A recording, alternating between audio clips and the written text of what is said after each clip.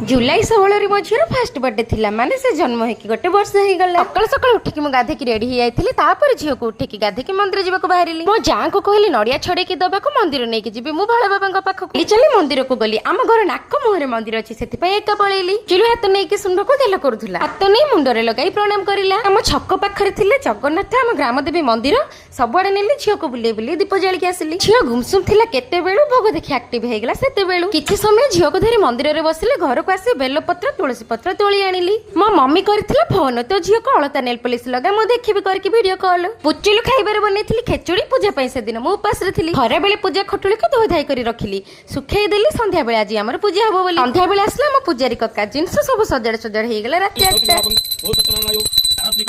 भोग सब नहीं कि काली के साहिरे बाटिबी 11टा राति हे गेला। पूजा सरीला को खाइ के सोई पड़ीबी।